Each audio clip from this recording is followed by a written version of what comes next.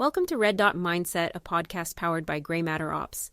Created by Mickey Middaugh, a combat veteran and subject matter expert in threat assessment, this show delivers real-world strategies to help you stay aware, stay safe, and stay ready. Today's episode is all about stalking, not the Hollywood version, not the misunderstood trope, the real thing and the very real dangers it presents. Because stalking is not just about being followed. It's about fear. It's about manipulation. It's about control. And it's far more common than people realize. Stalking. It seems like something that only happens in movies or to other people, right? But here's the terrifying reality. 1 in 6 women will experience it, and most never see it coming until they're already trapped in its web. That's such a chilling statistic, and what's even more disturbing is how our culture often romanticizes these behaviors. You know, it's fascinating how Hollywood has completely warped our understanding of what stalking actually looks like. We see these persistent pursuers portrayed as romantic heroes, when in reality they're displaying seriously dangerous behavior patterns. Well, let's talk about those real patterns, because the numbers are genuinely frightening. 76% of women who were murdered by current or former intimate partners were stalked first. And what makes this particularly insidious is that most victims actually know their stalker.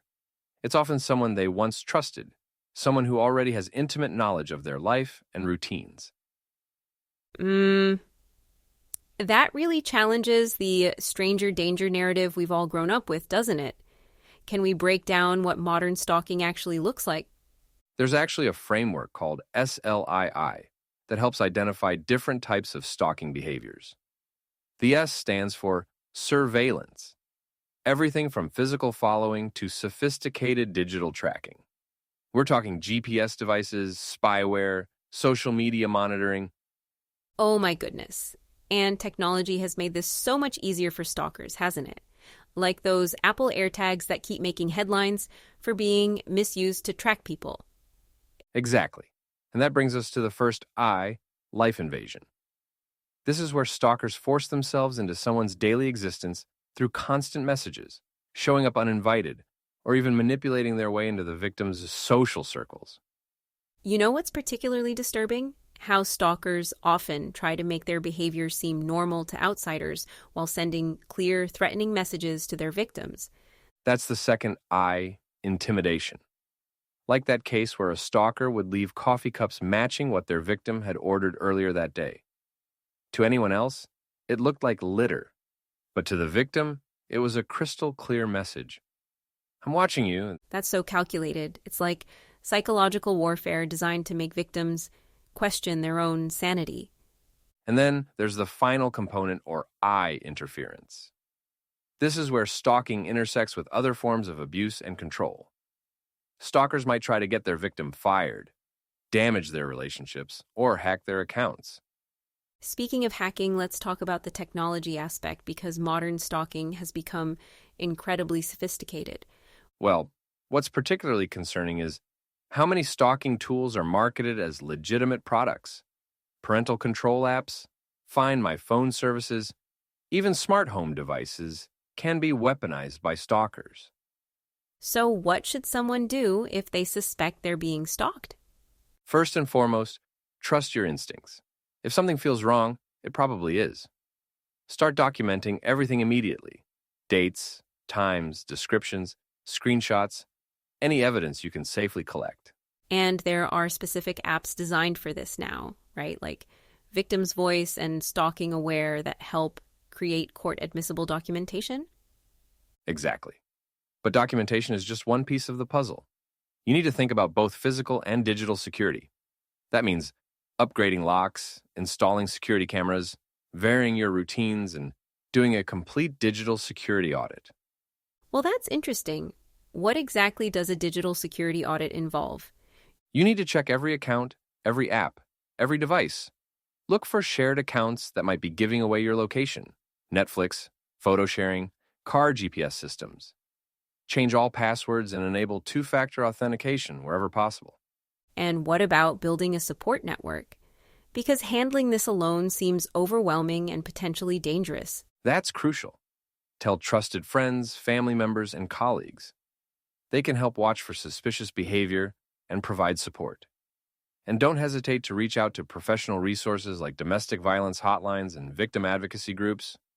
You know what's particularly challenging? Navigating the legal system while dealing with all of this trauma.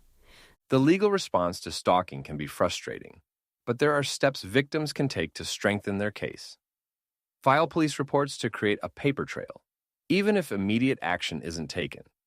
Consider getting a protective order.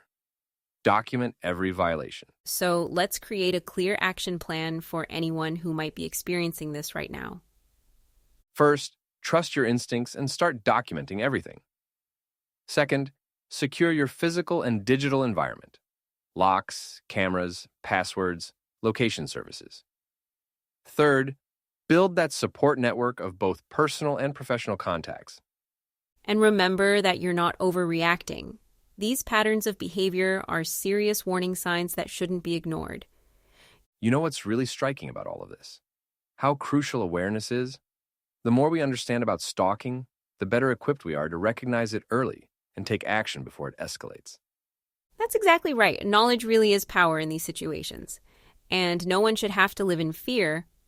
Well, if there's one thing we want listeners to take away from this conversation, it's that stalking isn't romantic, it isn't harmless, and it isn't something anyone should have to face alone. There are resources, there are people who understand, and there are ways to reclaim your safety and peace of mind. If you ever feel unsafe, go to a police station, a public place, or call emergency services immediately. Your safety always comes first. At Gray Matter Ops, we teach that mindset is your first layer of defense. That includes trusting your intuition. If something feels wrong, it probably is. Red Dot Mindset isn't just a podcast, it's a mission. We create tools, training, and strategies to help people, especially women, stay one step ahead. And that's your call to action. Follow Red Dot Mindset on your favorite platform. Visit graymatterops.com for resources, safety guides, and mission-ready content. And share this episode with someone who needs it, because awareness is armor, and it could save your life.